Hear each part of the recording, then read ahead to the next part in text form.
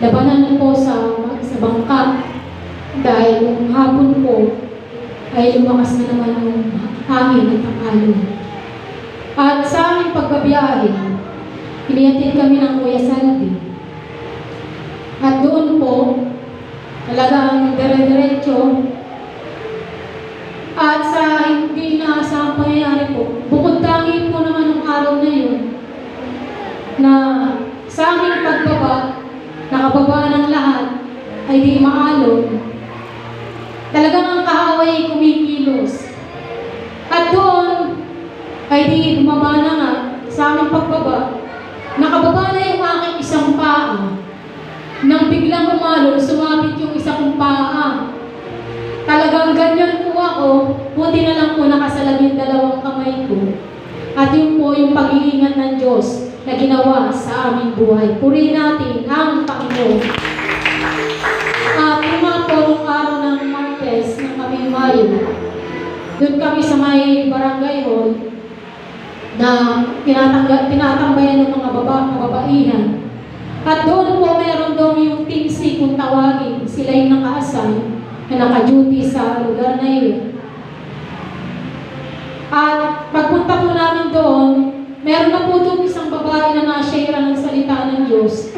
At siya'y nagpapatotoo na siya'y dinalangin. At sabi nga niya, ako'y nakaranas ng kagalingan sa Panginoon. Purihin natin ang Panginoon. At yung pong iba na nandoon ay nangingi po ng Bible. At ang isang babae po roon ay may patotoo. Meron daw silang Bible. Yung kanilang Bible katabi ng santo. At doon nangyari nasunog yung bahay. At yung santo ay nasunog. Pero yung Biblia, hindi man lamang nasunog. Purihin natin ang Panginoon. Oh, hallelujah! At sila pong lahat ay tumanggap sa Panginoon. Purihin natin ang Panginoon. At matapos po yun, meron pong nagdadatingan, mga mother leader po kung tawagin. Grupo din po ng mga kababaihan na namimigay po ng bigas. At doon, sa pagpunta po nila doon, ay binahaginan po ng salita ng Diyos. Merong 2 konsihal na tatakbo nitong October.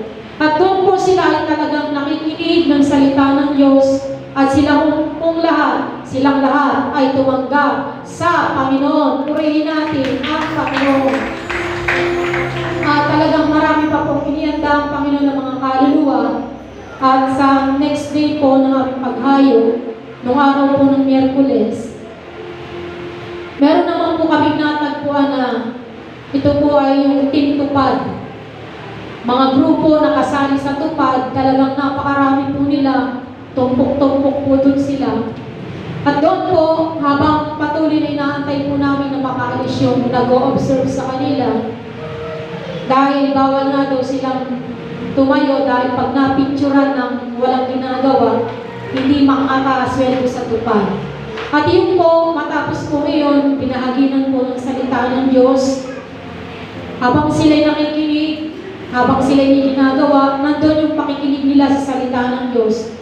At ang sabi nga namin, kayo po ay mag-attend sa August 18, sa gabi ng Usada. Mamimigay po ng Biblia. At doon po, nang sabihin po na mamibigay ng Biblia, sila pong lahat ay nag-iingan ng Bible. At meron po doon na nabigyan, galak na galak talagang yung pagkakayapos nila sa Biblia.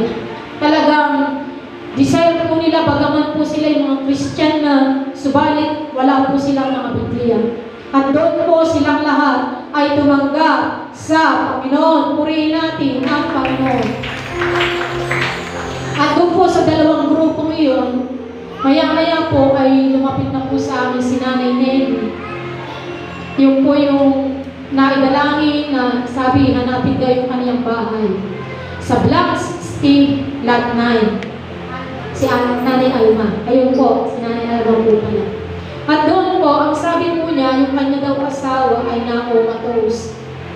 Tapos na-stroke. At yun po, nandun po yung desire namin na makita yung kanilang tahanan. Subalit, yung oras po ay talagang nandoon, marami pa pong mga kaluluwa. Subalit po nung araw po ng Huwebes, talagang hinanap po namin. At doon po ay natagpuan namin ang tahanan ng lalaking ito. Siya po pala ay nung na comatose, halos 2 linggo, na nasa ospital, nito lamang June. At nang paggising daw po niya, namulan na lang siya na nasa ospital. At doon po, kitang-kita ko po dun sa lalaki, ito talagang balaki ng kanyang katawan. Nandoon, bagaman siya ay nandun na sa kalalagayan, yung kanyang bisyo ay hindi pa rin na nawawala. Talagang napakarami pong kahanan ng sigarilyo dun sa kanilang tahanan. At pagpasok mo pa lang doon, maaamoy mo na yung amoy ng sigarilyo. At doon, binahaginan siya ng salita ng Diyos. Ang patotoo ni Carla, nung siya ay kabataan pa, nandun yung kanyang bisyo, talagang isinuko niya sa Panginoon. At doon, ang Diyos ang kumilos sa kanyang buhay. At sabi nga namin, tatay, naisip mo na isuko mo sa Panginoon ang iyong bisyo. Talagang, nandoon yung lalaking ito, susubukan daw niya. Sabi nga, tayo huwag mong subukan, gawin ko para sa Panginoon. At doon po kami ay sumamba sa Panginoon. At doon naranasan namin ang presensya ng Panginoon na nag-aalis ng pasa ng kabigatan at nagpapagaling sa lahat ng may mga sakit at karamdaman. Purihin natin ang Panginoon. At ang lalaki ito ay nandun yung pag-alakan niya. Sabi nga niya, aattend siya sa praise sa crusade. At nandun nga po siya ng gabi ng crusade. Yung po lalaking naka-wheelchair, siya po yun. At doon po siya ay nag-umpisang lumakad sa pangalan ng Panginoon. Purihin natin ang Panginoon. At talaga pong napakarami pong kaluluwa tumanggap sa Panginoon. At talagang laksa-laksang mga anghel ang nagkakatuwa sa langit. At yun po talagang pabor po sa amin na magamit po ng Panginoon. Dahil po nung araw po ng Huwebes, nag-usapan po kami na alas 10 magkikita-kita sa covered court dahil nililisip na. Talagang sa unang pagpasok ko pa lang dun sa covered court, makikita mo na yung talagang veil of darkness, talagang madilim, mabaho, dahil sa dami ng nakatira, kung taga saan. At yun nga, sabi dadating daw yung bumbero ng alauna, subalit hindi po dumating ng alauna. 2:30 po nang dumating ang bumbero. At ang ginawa po, dahil sa pag-aantay na nga po ng matagal, nagpaigib na po ng tubig dun sa mga taga-roon. At ang ginawa namin, inumpisa namin istubayan yung mga upuan dun sa gilid. At doon po talagang, simula daw po na matayo yata yung covered court na iyon. Wala man lang naglilinis. Kaya nandun talagang napakadumi. At nagagalak po yung mga taga-roon dahil sa dami-dami na nagkakaroon ng gawain. Bukod dami kayo na naglinis ng covered court.